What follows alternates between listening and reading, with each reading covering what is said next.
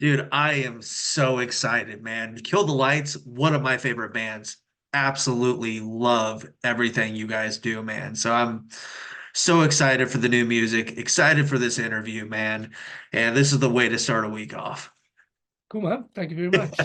Absolutely. Man, Death Melodies is coming out in just about a month and a couple weeks or so, March 8th. Um, it feels bigger, feels more grand. It feels like you guys put a lot more power into this record, and it's also releasing at a normal time instead of during a pandemic. Talk to me about this record, what this record means to you guys, and kind of what this point in time is like leading up to the release. Well, yeah, like you said, is obviously we had to deal with a lot releasing the first album, Yeah, The Sinner, in that weird time.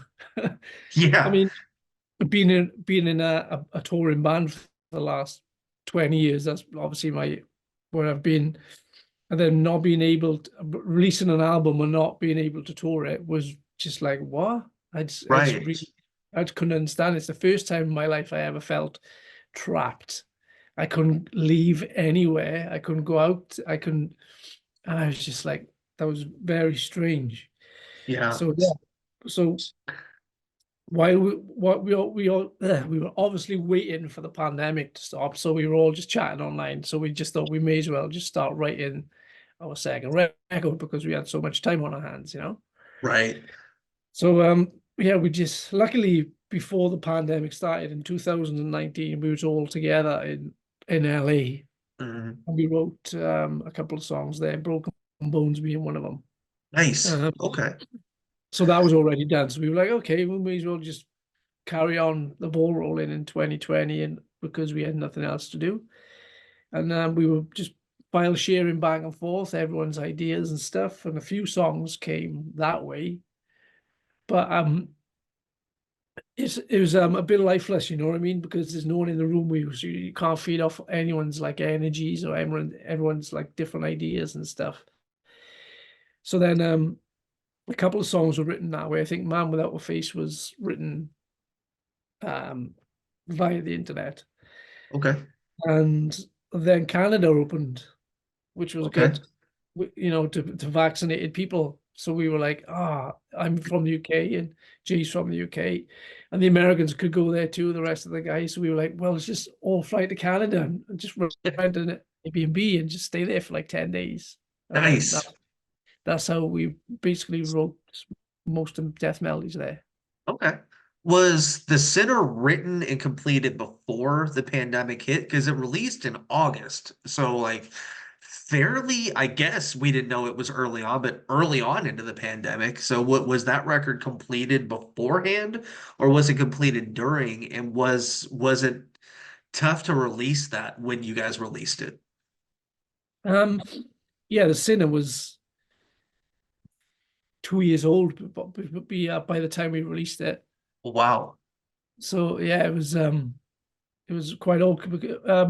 Me and Jordan wrote the music for that, and then James wrote all his lyrics. So the three of us wrote that record, and Travis put his solos on top because Travis came in once the music was basically done. Okay. Yeah, so that was yeah. It's been a long time since The Sinner, and Jeez. it's been 2 years since I recorded the drums for Death Melodies. Oh my gosh. Holy crap. Did you guys Yeah. get a tour at all for the Sinner? Because, dude, that music is so good. I can only imagine how that would translate to the live stage. Did you get to do any of that stuff live? Yeah, we did 10 shows in the Oh, UK. wow. That was Okay. it. And that was like opening for a band called Bleed From Within Okay. and another band called, what were they? Monuments, which are Oh, really yeah, good yeah, band. yeah. I know. Yeah, they're good. Oh, Yeah, nice. very like Nice. freakingly good. I was just watching the drummers, and I remember saying to the drummer, I was just like, "You're like a proper drummer." You know what I Right? mean? Yeah, it was What scary. What was it like when you finally got to go on stage and play those songs live for the first time? I can imagine, especially after being locked up and cooped up for so long. Like you said, you toured with Bullet for 20 years. Just like, and you guys really didn't ever really take much of a break for the most part. So being able to get back on stage, play these songs live in the UK, because those fans are so crazy, man. What were those shows like? It was the first show. I remember it was in Bristol, and everyone was just shitting their pants because we were like, we never really played together. You know, we'd rehearse and stuff, and Right, this was like the first time we were right, actually playing in front of people who care. You know, right. and we were Oh all man, just like, "Oh fuck, here we go." But it was really good actually. Once like the nice. first couple of songs were over, it was just like easy, but it was Right, very kind of scary. shake those, just like you're finally back in the zone. And Yeah. oh man, I would have loved to have been at those shows because, dude, that was probably my favorite record of the pandemic era of 2020 was your guys' debut. Oh, cool. Thank you. I'm so glad I have Death Melodies now because and I'm glad that it's digital because I feel like I would have worn the center out a couple of times just rocking that thing, man. It's dude, stuff like that is so good. But you with Death Melodies, you guys, I feel like really honed in on what worked really well on the debut with this record. I mean, I love songs like The Faceless, but my favorite one was Through the Night. And there's a couple songs on this record that really are reminiscent of that song. And you guys have always done a good job of balancing the heavy and the melodic, the cleans and the uncleans. But with this one, you guys really honed in on a couple areas. Was that something that you guys wanted to do going in, or like you said, you wrote a lot of it during the pandemic? So is it just kind of it just flows so much more naturally then coming off of the center? Um, yeah, I mean, the good thing about the band is we never say how the next one's going to sound. We just write the music, and if the song is good, then it's going to go on the album, you know. So it was, yeah, just a natural progression, really. Just, you know, there was a couple of songs which we were like, nah, okay, forget it, which didn't even make the Right. album at all. But this, yeah, a lot of people be saying now once they hear Death Melodies, oh, you guys are sold out. There's too many like soft songs, but Oh you God, know, it's but they're we not did it that on the first soft. album. Yeah. Yeah, and yeah, it's a little bit more melodic, but dude, the themes, the lyrical content are so heavy. You Yeah. guys focus on, themes and ideas that a lot of people don't necessarily want to talk about and get uncomfortable with when those things come up. I mean, through the I know I keep referring back to it, but like through the night was such a heavy concept Mm. with that subject matter, and you guys really go down those roads on this one. So I mean, I don't feel like you guys sold out at all. In fact, you guys honestly get more genuine on this record with what you're writing about. I mean, is it tough to go that route and put that much of your emotions and your souls into those songs when you're writing them? Was every time I read James's lyrics, because James writes all the lyrics, we're all like, "Are you okay? Are you okay, dude?" And he's just there sitting, smiling, and this happy guy, one of the happiest guys I met, you know, and he's just like, "Yeah, man." Right. I'm just like, that's what I write, and I'm like, it's pretty dark shit, man. But yeah, I mean, that's hence the name of the album, you know. Yeah, I had that happen at work last year. I was listening to just XM, and I think I had Liquid Metal on. Then I left to go give an apartment tour, and I came back, and one of the maintenance guys was in the office. He's like, "Oh, you've got some you doing okay? You seem like you're going through, man. Reggie's going through some stuff right now. You good?" I was like, "Yeah, I'm good." He's like, "Are you sure?" I'm like, "Yeah, I'm good. It seems happy to me. We're doing great, you know." Yeah, exactly. Um, like you said, when you're reading those lyrics, I mean, it's some dark stuff.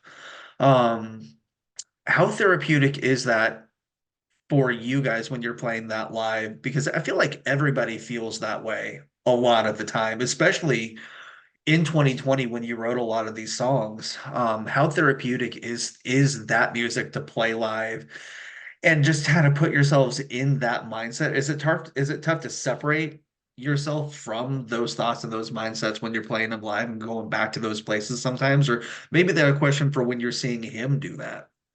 No, I mean James likes to sing it. It's a kind of a release for James, and he likes to think that he's helping other people once if they get to get to see the band and realize what he's singing about, and maybe help other people through the issues that they can't understand that they are going through. So Right. it's definitely therapeutic for James, but he's more positive that he's writing these dark lyrics to help other people. You guys really go down a couple new avenues with this one. You guys throw some piano into a couple songs, which holy shit, that was awesome when I heard that. Um, and then you also go acoustic a little bit with Sleep with the Devil. What made you decide to use piano and some more acoustic style elements in this one? And I don't think I remember hearing piano and acoustics on the debut. There was a little bit of piano in the Sinner, but yeah, I think there was more room to experiment with the type of songs they are on Death Melodies to stick a little bit more different instrumentation on the album, in the songs. Definitely. I mean, Sleep with the Devil, that was written in Canada on the Okay. once we escaped COVID for 5 minutes there. We yeah, Right. it was just whenever we're writing, I always tell Jordan or Travis, always bring an acoustic guitar, because once you get a bit fed up of hearing metal all day, you're like, okay, Yeah. just pick up a Yeah. different vibe. And then yeah, it comes from me. I think Jordan wrote that one.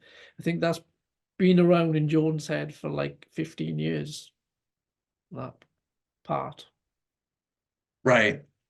A couple of videos out already for this one as well.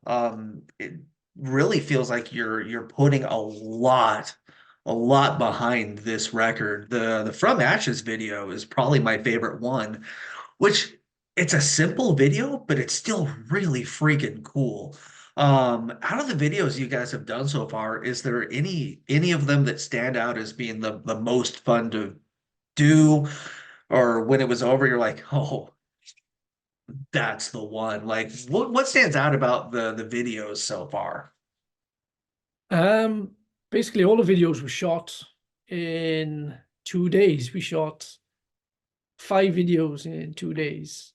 We all Really? flew out to Minneapolis, where James is from, and we all just went in with the film crew, and yeah, just did five videos in 2 days. And I was like, "Are you sure that's going to be enough time?" And they were like, "Yeah, it's cool. It's all changed since you did the last videos back in the day." But yeah, we did.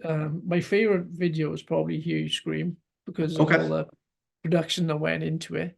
Yeah. Um, and we were saying this the other day, our biggest viewing song of Death Melody so far is From Ashes, and it's the band's least favorite video. Really? Yeah. Why? Because it's so cool. It just but the ashes fall it like it's so why is that your guys' least favorite video? I don't know, because maybe we're more into like Hear You Scream vibe. The Okay. the video for Sleep with the Devil is really good too. Nice. Okay.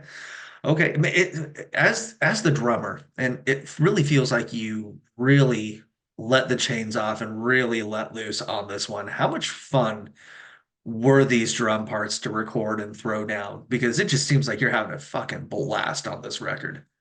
Yeah, I'm always on as long when I'm drumming. Well, now anyway, Right. I'm I'm I'm always having fun. If you're not having fun, then it's time not to just pursue something else, I think. But yeah, I'm always definitely in this band. It's so fun. I mean, there's no restraints. There's no rule book. There's no you can't go there, you can't do this. So it's just like, well, yeah, just go in and be Moose. It's just awesome. Right. Coming out of Bullet, I know that you were the one that really started putting the pieces in play for Kill the Lice to become a thing. I know you'd put out the feelers for anyone know a singer or stuff like that. Coming off of Bullet, what were your feelings going into Kill the Lights? And from the inception of it to now, how do you feel about how things have gone product wise? Because it's such a good band. The music is so fucking good. How do you feel about it so far? And what does it mean to you? Um, yeah, I mean, when I left Bullet, I was just like, well, what do I do? I was kind of like, that's the only thing I really know how to do is drum and to be a musician, you know. So I was just like, well, it's the only thing I can do. So I'm not just going to sit around and do nothing. So I text Jordan because I knew Jordan when we toured together and when he was in Still Remains and I was in Bullet. I just said, "Have you got any riffs?" And he sent me over like I don't know 60 odd riffs, and then we just went from there. And I was like, "Well, now we need a singer." And then there was like two Russian guys which were into it, and then they did demos for us. And we were like, "No, it wasn't great." And Right. then James, who opened for Bullet in America with his band Throw the Fight, he messaged me on Facebook saying, "I'll give it a go." And I was like, "Okay," kind of different from what his band with Throw the Fight work to what me and Jordan were doing. And I remember my mum saying in my ear, "You should always give everybody a try." And I was like, Right. "Okay, go ahead." And then he sent me. I woke up in the morning because he was in America and I was in the UK, and he sent me the Faceless, and I was just like, "Holy shit, Yeah. That this was is what I it." thought when I heard it too. I'm like, oh fuck, this is good. Yeah, and I was just like, this guy can. He's got some melodies, man. He knows what the fuck he's doing. And obviously, I couldn't wait. Joan was sleeping, and I was trying to fucking call Joan. I was like, "Joan, we got the guy, we got the guy." But yeah, it just went from that really, and then I'm super proud of. Obviously, COVID happened, and there's nothing we could do about that. But what we put out during a bad situation was really good work, and it's progressed to Death Melodies now. And as the basically the one who basically started the band, Death Melodies, what do you think it says about Kill the Lights? It's yourself as a musician and a songwriter. What does this record really mean to you? Because to me, I feel like you took The Sinner, which was already a great record, you raised the bar so much right now, you know? Oh, cool, man. Thank you very much. Um, Originally we were thinking out loud. Well, I wanted it to be heavier than The Sinner, Okay. but this was the first album we kind of all collaborated together rather than just myself, Jordan, and James, because it was like a full band. And Mhm.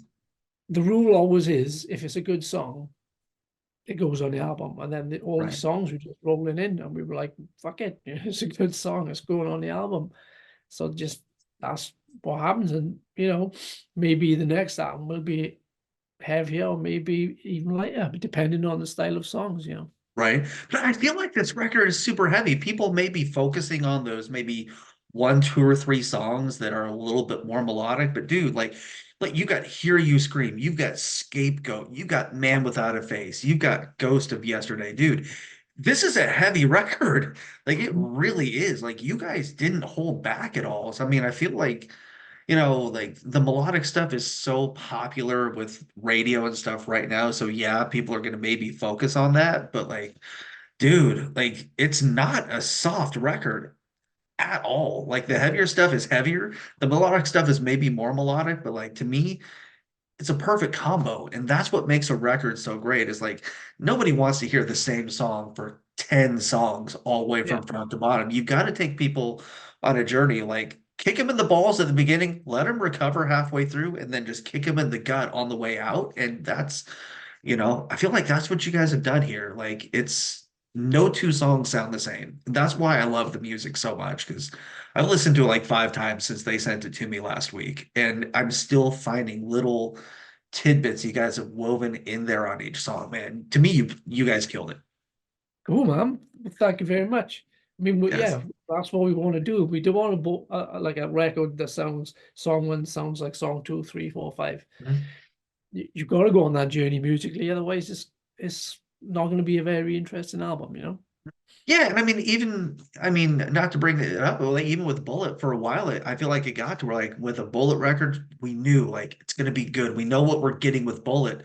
Then you released, okay, I can't remember the name of the record, the one that had Riot on it. And it was Oh, that one. so different. It was good, but like so different that fans didn't necessarily gravitate to it as much because it was different. But dude, you can't do the same thing every single record. It gets boring after a while, you know? Yeah, that that Um, that, that album we did with Bullet, I kind of knew it wasn't going to do well. You know, I think we were just writing for the wrong reasons on that record.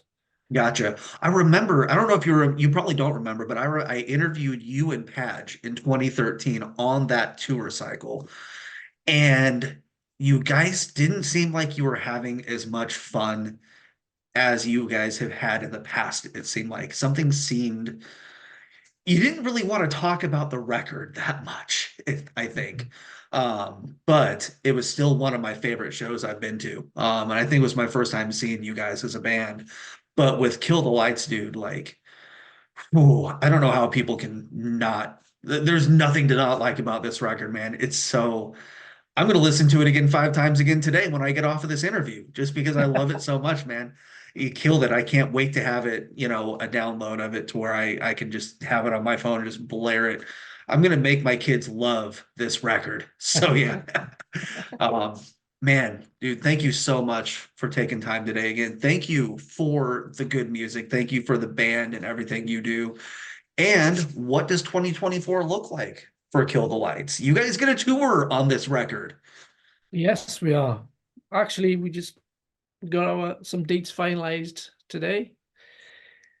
So that's not over there though, Mm, unfortunately. We're working on that. Don't dude. worry, we're working on that. But it will be basically 2024 will be basically focusing on touring. Awesome. You guys have to make it over here this year because we have been waiting for very, very long years to see you guys live over here.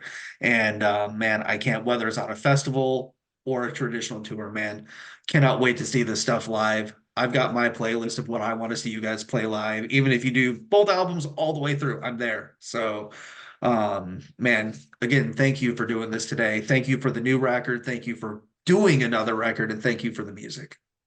Cool, man. Thank you very much. You got it, man. We'll see you later this year. Yes.